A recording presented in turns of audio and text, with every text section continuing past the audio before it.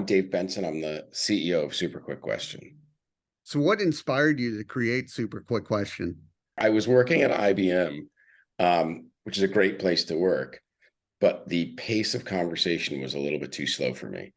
I had come from sports media and where everything goes much quicker, just fast conversations, fast work, fast timelines.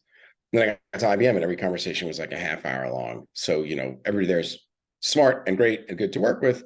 So when I started trying to have faster meetings, nobody really resisted that much. But it was one of those things too that was born pre-pandemic, where I was just trying to kind of improve my own quality of life and then realized that I was kind of helping others to improve their qualities of life at work as well by reducing the number of meetings, reducing the duration of meetings, increasing connections, and just kind of helping out that way. The original tagline for the company was saving good people from bad meetings. And what I used to do is I would, rather than wait for a week to talk to Michael, let's say, for a half an hour about something I needed an answer on, I would just send you a Slack and say, look, it's 11:03. I can come by your desk right now and we'll be done by 11:05. And I was always true to my word. I would always take a minute. I'd say it'd take a minute and I would actually take a minute. And it got to the point where everybody was saying yes to me because it's really difficult to turn down a minute. Even so much so that I would walk by the glass conference rooms that would have a full meeting, and I would have my computer open and I would point to the person that I needed and I would go like this and they would stop the meeting. And, that only happened a couple of times, but they'd have me come in because they knew I was only going to take a minute. So it's like the cost benefit of talking to me for a minute meant you got to cancel a half hour with me later. And plus I would carry on with my life and business for the time between that 1 minute and the upcoming half an hour that would never be. That is huge because I remember being in meetings for an hour and it should take 2 minutes. Yeah, that's everybody, it's a joke now, right? It's been memeified that it's like this could have been an email and stuff like that. But it's true. Like, and some meetings are necessary. Some emails are better as emails, but some conversations are just like, can I pop by your desk? Can I just talk to you for a second? And a lot of things can really be achieved in a minute. The Gettysburg Address was like 2.5 minutes long, right? So it's like, if we take a lesson in brevity from that, you can really achieve a lot in 60 seconds if you try. But yeah, we pivoted, as I'm sure you know, we were strictly for business efficiency, and we still do that. We started getting a lot of traction in fan engagement. So if you think of quick interactions outside of the world of business, the ones that have the biggest impact are like, I met Ariana Grande for 30 seconds and it was amazing, right? Or like I bumped into Bill Clinton on my way to a softball game, which I did, and I had like less than a minute long conversation with him. I rode in an elevator with my hero, or Carl Sagan talked to me for a second, whatever it is. You can impart a lot of information and impact in 60 seconds. So now we are focusing really hard on the sports and entertainment space, allowing fans to talk to their heroes for a live 1 minute conversation. When I was researching you, I saw you're a storyteller at heart. And how is it, including the fans into their hero's story? Yeah, I mean, it's an interesting thing because it's a quest that's as old as anything else, right? You always want to meet somebody, get just a piece of their time. So you've got people who collect autographs, and now those have been replaced by NFTs or selfies. But it really is all about the moment and making the moment momentous, right, and memorable. So you can be a lifelong fan of the Mets or the Yankees or whatever it may be, but the moments that you remember are the brief interactions that are genuine and one-on-one. And those are really difficult to come by now, because if your computer is anything like mine, you've got 15 tabs open and you've got your phone and you've got the world outside your window behind you there. So our attention spans are so fractured that these one-on-one moments, you and I right now, I'm focusing all the way on you, you're focusing all the way on me. That's rare, right? Yeah. It just doesn't happen anymore. So if you can get that with somebody who's a luminary or somebody who is an academic or a celebrity or whatever it may be, for that one moment, you're like, that's why people want, when they buy books from the author, it means a lot more when they write their name in it, because it's like, that author was thinking about me, even if it was just for a couple of seconds. That author knows my name enough to write it in the book, right? And even to be able to say, I spoke to this author and my grandmother grew up around the corner, whatever it is, these commonalities and these moments of connection, they're really, really impactful, and they can really go a long way, well beyond the cost of the 60 seconds. Well, I was watching one of the segments you had with Lois Cook of the DC Divas women's football team, and just people talking to her. Did you expect to see not only the interaction, but the positivity of equality and all that?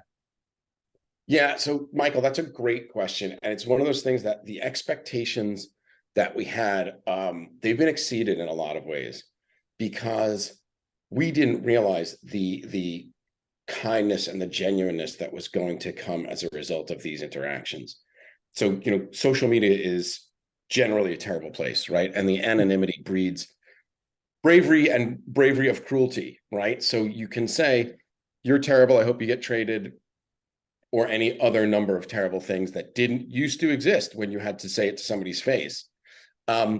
And the people who do those bad things tend to be much less brave in the sunlight. So when you're looking straight at somebody's face, you tend to not want to have that kind of interaction. It just doesn't happen. So the flip side is you get these wonderful, wonderful engagements like the one that you were talking about, where these little girls who are like, maybe I can be a football player when I grow up. For those who don't know, the DC Divas are a professional football team, American football team.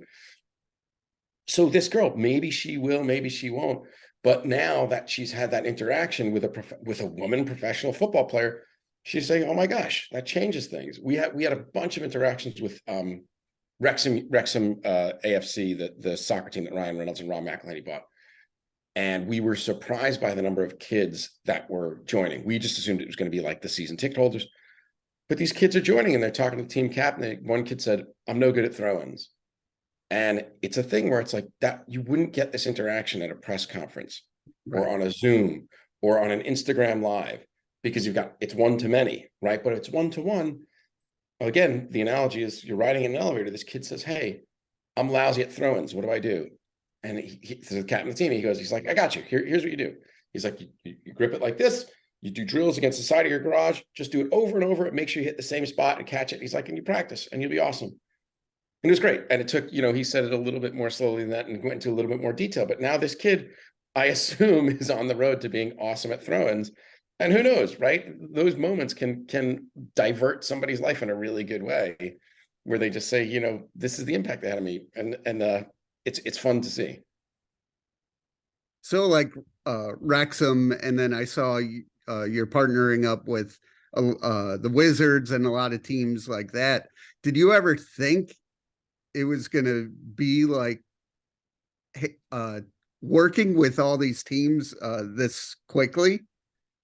No, absolutely not. I mean, so I come from sports media. My COO, Mike, also comes from sports media. Like, we were both at Bleacher Report and ESPN, and just our whole lives been big sports fans. This didn't start as a sports thing.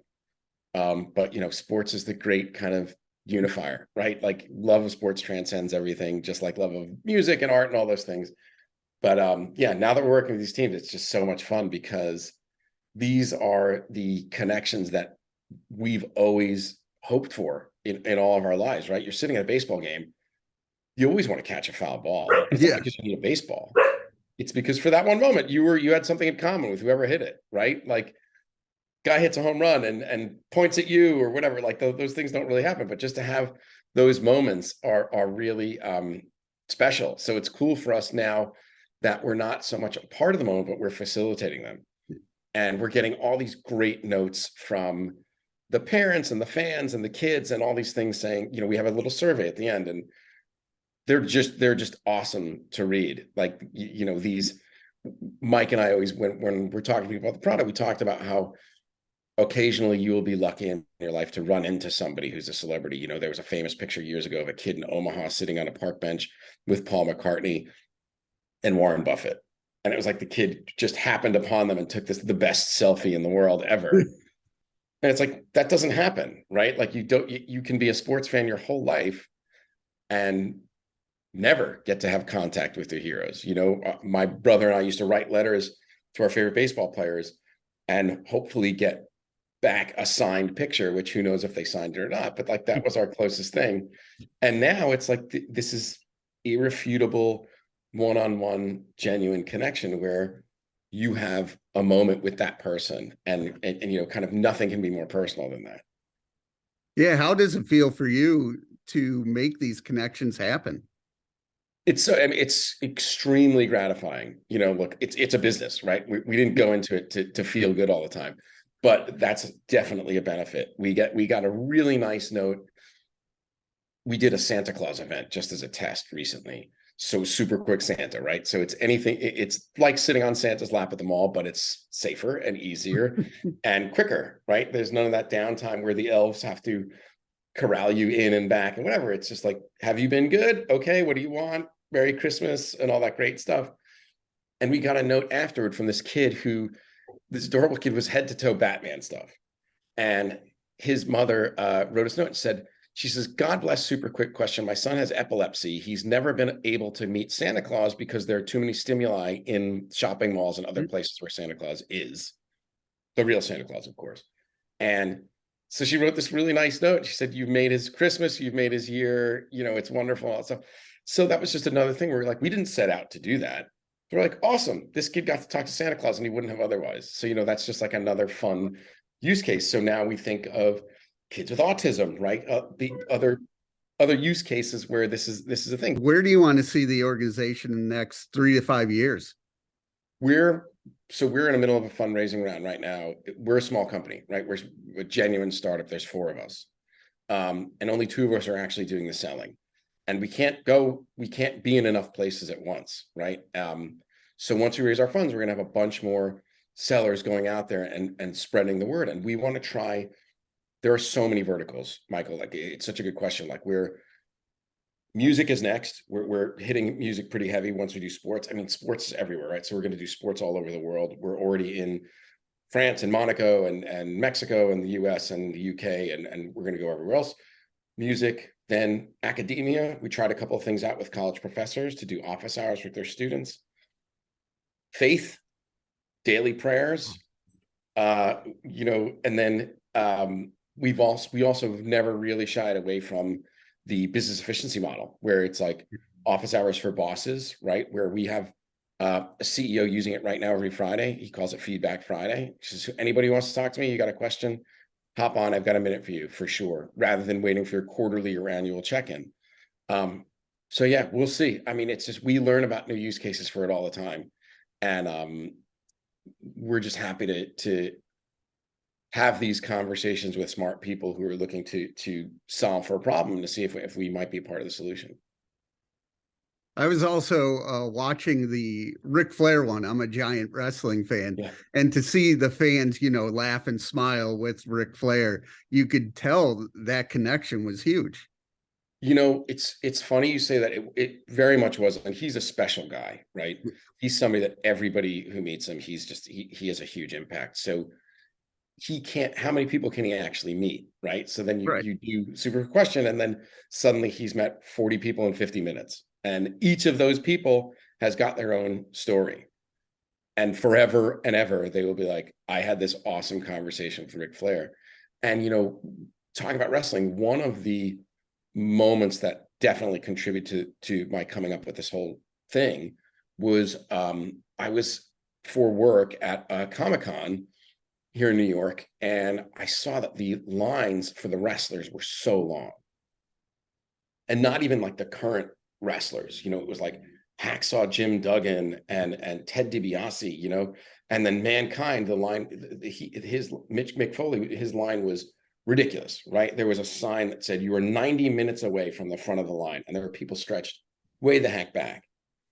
And these were moments they had to pay. Everybody who meets these wrestlers, $20, $30 for a selfie, whatever it may be. Hacksaw Jim Duggan was signing and selling 2x4s, of course. But it was an interesting thing, because it's like these people came for that. I'm going to stand in line all day, and I'm going to fork over however much money just so that I've got this 1 minute, and it is a minute, right? Because these guys have got handlers that move people along Yeah. so they can get through the line. I'm like, so these moments have impact, but it shouldn't be just if you have money, or just if you happen to be in the city that has Comic-Con, or just if you happen to be in a position to spend all day waiting in line. We're trying to make it more accessible.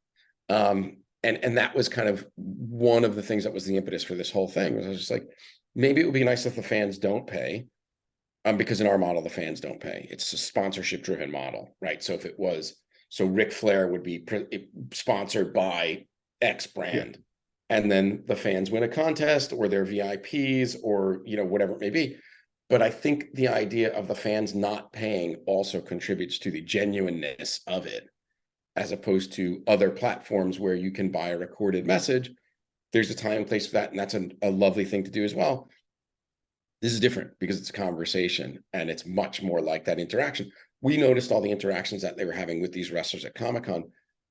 Yes, I want to take a selfie with you, but also, you know, I heard people saying like, oh, you're from this neighborhood. My mother grew up in this neighborhood. Nice. You have a little commonality. And then it goes on and on and on. And then, you know, the next person. So you just want to have that one connection. And that's kind of the basis of the whole thing for us.